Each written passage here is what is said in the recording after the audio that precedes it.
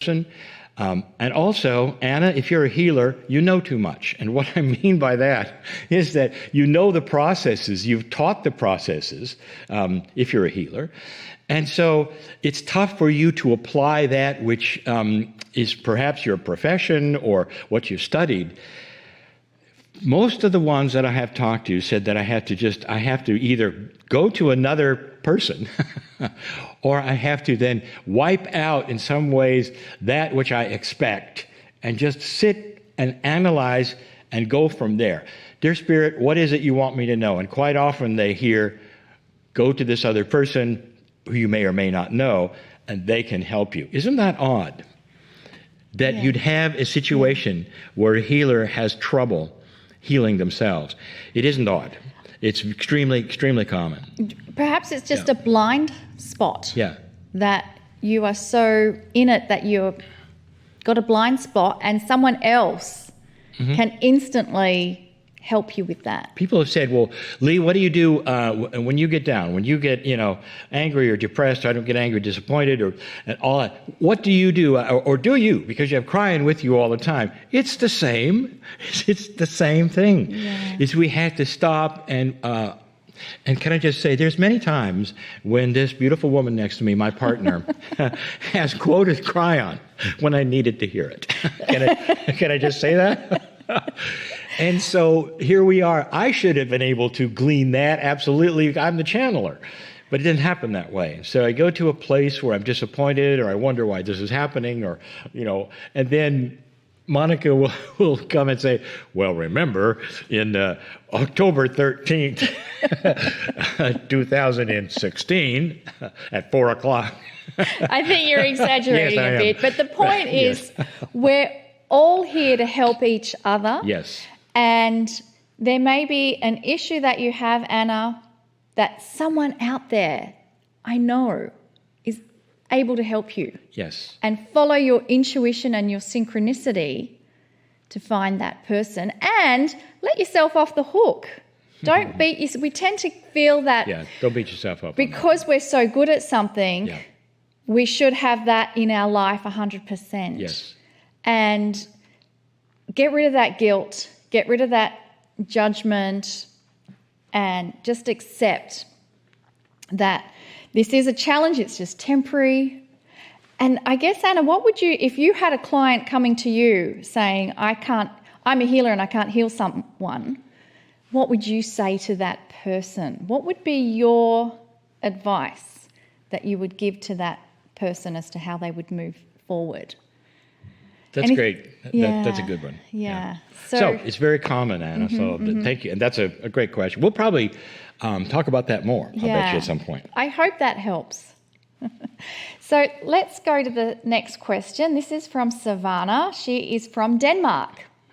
And she's asking, is it okay to use Kryon's meditation with the visualization of the bridge and the mist in our own guided meditations with groups? What a beautiful question. She's wanting to do meditation groups with Kryon's bridge and the mist. I find it interesting that so many people they're so honoring of something they would hear that Kryon would do or a process that they would ask the question, is it okay if I do it too? Or is it okay if I do it with my groups or in other places? And let me just tell you that this whole idea of the bridge and the mist, this visualization, of course, it isn't an actual 3D visualization. It's something that Kryon gave us. It's not only is it okay to use it for anywhere with anyone, but you can change it. Anytime you have that metaphor, crossing the bridge, going from the known to the unknown, you can put it in any scenario that you wish to, that might even be more applicable to a group that would understand something else better, another metaphor of that same thing. So not only can you use that one anytime you wish, anywhere you wish, but of course your own. And we count on this, and thank you, Savannah, for asking that, because people are so concerned, I would say, in honoring of processes, especially what they hear with Kryon. And you say, it's given so that everyone can use it. So please use it, or even better, perhaps you can alter it so that it's more profound for your culture or for your group. I love that. That's beautiful.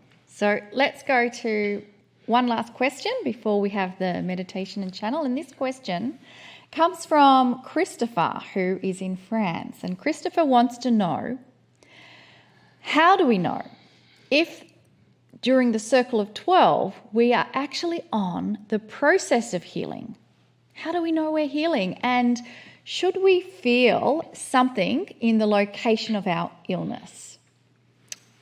What's the answer to that question, Lee? Well, Christopher, I will tell you, this has been answered obtusely many times, even from the guests. It seems that the healing, let's put it in a scenario where I have something going on I don't understand, or maybe it's with my heart or my kidney or my liver or an arm or a leg or whatever, so it's localized. Or I don't feel well, or I got digestion or something, or the doctor has told me something. So you have something to focus on that you feel, this is why I came, this is the healing that I have come for. So Christopher is asking, now how do I know it's working? How do I know, do I feel something in that local place? And yet, healer after healer have come here and said that the actual healing you came for is a byproduct of something else. You know where I'm going with this? What if it's more than just a localized healing that's going to happen? What if it comes with an attitude shift, a compassionate, benevolent change in your life? What if you have an aha experience that awakens you to a larger truth? In that, often the byproduct is the healing. Now that's just one answer and one segment of this answer, because there's another segment to go. Sometimes the healing you've come for does not happen instantly at all. In fact, it happens gradually, and you're only aware of it like 2 or 3 weeks into it. How long does it take to knit a bone? 6 weeks, we know. And 6 weeks seems to be when the doctors are always saying, well, wait 6 weeks and do this and that, because there's an actual healing process of the body that takes a while. So it's not miracles necessarily we're after all the time. So you may have something that is actually healing now, but you're not going to be aware of it for maybe 2 months or something, because you see the symptoms start to shrink, and you realize that every time you've sat in the Healing Wednesday 12, circle of 12, you've had something going on, and it's starting to go in there and make sense. Your life starts to change, and you feel in the spot where you're talking about, not at that moment, but later on, the symptoms of the issues start to go away. Why do I say this? Because this is the report. This is what we're hearing. We've had people with migraine headaches. Wow, this is just... And as we prepare to enter the circle of 12, let us begin by giving some statements of intent. I will say each intent 3 times, and you are invited to say them silently or aloud.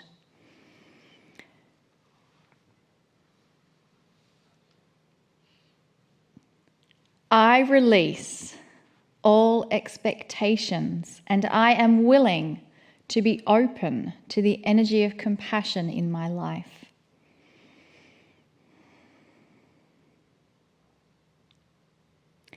I release all expectations, and I am willing to be open to the energy of compassion in my life.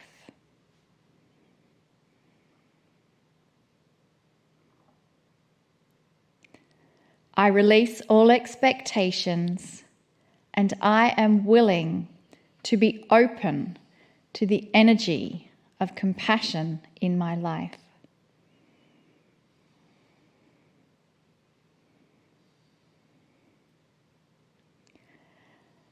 I accept the perfect love of God.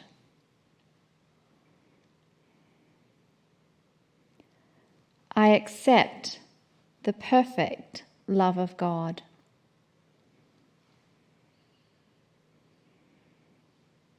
I accept the perfect love of God.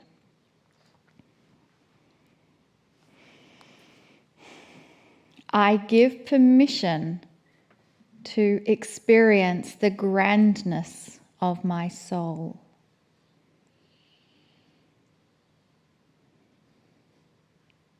I give permission to experience the grandness of my soul.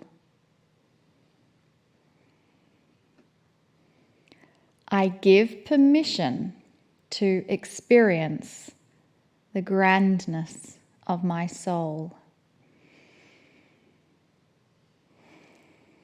I am ready.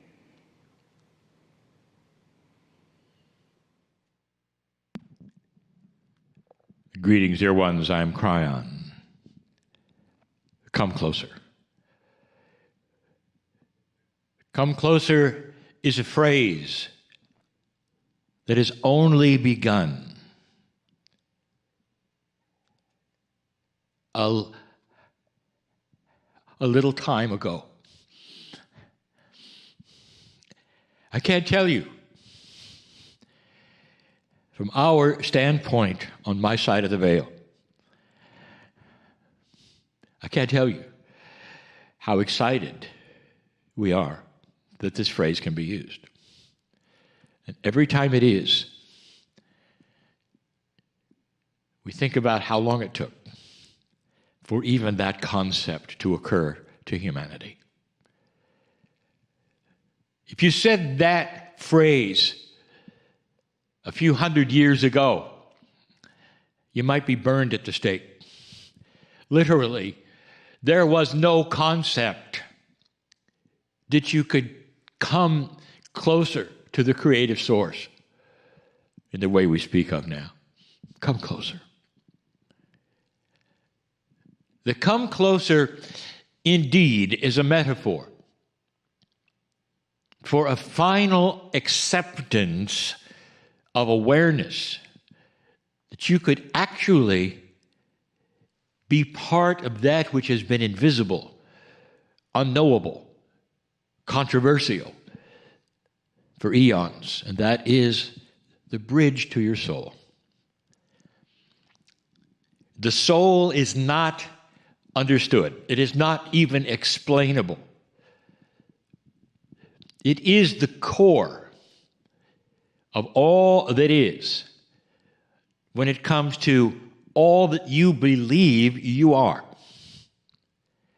That soul of yours, you might think is a fleeting idea. There are some perceptions that cannot be defined. There are some attributes of perceptions that cannot be defined. And when we say cannot be defined, you can try, but you really won't understand something you've never seen that is outside of a reality of 4 dimensions. Again, if you've only lived and breathed and existed in one kind of reality and suddenly it expands, and there are so many more kinds of things, it would be reactionary. You would react. Hello, everyone. Welcome to Healing Wednesdays, the Circle of 12. I'm Lee Carroll. And I'm Monica Morani. For those of you who are just joining us for the first time, Healing Wednesday is a time where every Wednesday we come together with special guests. We have Q&A, discussions, meditations, and channeling. And this is our once-a-month free program where we do that, and it's free to all of you. We appreciate all of those of you who have joined us on YouTube, and then, of course, all of our subscribers. Now, if you happen to be a subscriber, you get this particular program every single week. You get replays. There's 4 shows a month, as I say, just exactly like this one. If we have a 5-month week, that'd be great. If we have a 5-week month, there's a show on the 5th one too. So it's every Wednesday, all the time, no matter what, there's a show here. It's easy to subscribe. If you're interested, please go to cryonmasters.com. I say this every time, but this is a stream, and you're seeing a live stream. And of course, there's a chat here, both on YouTube and also in our members portal. If you have trouble with this, if there's coming and going, if we stop, if we start, if you don't know what's happening, The idea is there is always a replay, and the replays are very, very soon afterwards. For the members, there's like an hour and a half. If you're on YouTube, it takes about a day, but we'll get it up. You can always see this show. So if you're frustrated with the internet or with the streaming or any of these things, just turn it off, but please come back. It's going to be a great show today, just like it always is. All right. Monica, welcome again. Well, I want to just add to what you mentioned, welcoming all those watching for the first time. Every Wednesday, we are coming together with this broadcast, if that's what you want to call it. But there's an energy that gets set because there is a core group that are with us the first time this ever goes out there onto the internet airwaves. And I feel it, and Lee, I'm sure you feel it as well. We have this intimate group coming together, posturing not just what we bring, but a consciousness is set. So welcome to this couch of benevolence and love and compassion. And this is a moment where all the rest of the world can just dissolve away and be in this moment. When we planned the program, and I'll just talk personally now, we said, well, where should we put it and what time of day? And of course, everybody said, well, it ought to be on Saturday when everybody's off, or Sunday on whatever. And my instinct was, no, I want it on Wednesday night. I want it on hump day. That's called, it's in the middle of the week, the hump, to trying to get through the week. Because that is, I think, the most appropriate when people want to relax and want to just sit and all. Yeah. Of course, the replays you can see anytime. Mm-hmm. For those who join us live, especially for those who are enjoying the chat, I think that this is postured in a good place and a good time. And so many people have said, yes, that is correct. And we'd much rather do that because on Saturday and Sunday, we do the laundry and we do other things. Yeah. And so I love our group that comes together consistently every Wednesday. And I love everyone else who feels the energy of that in all the replays.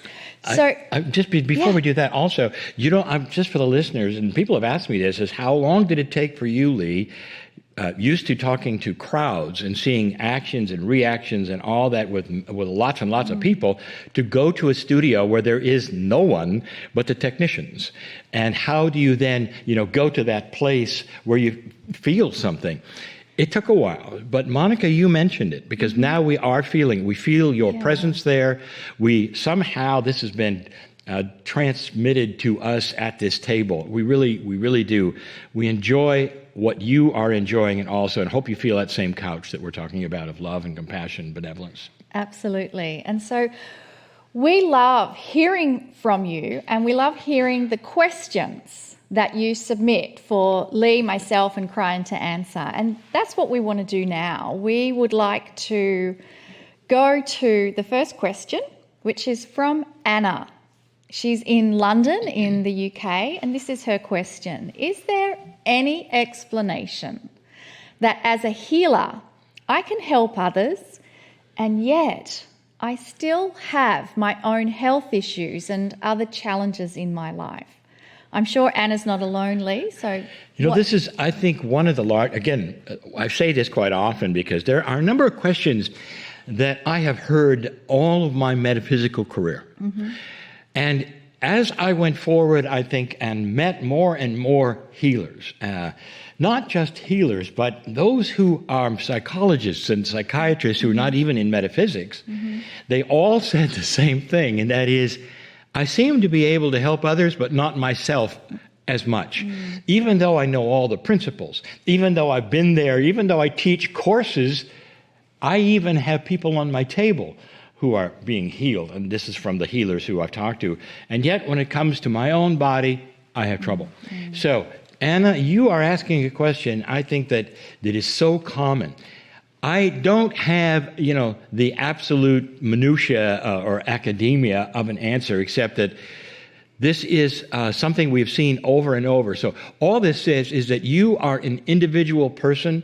And also, Anna, if you're a healer, you know too much. And what I mean by that is that you know the processes, you've taught the process.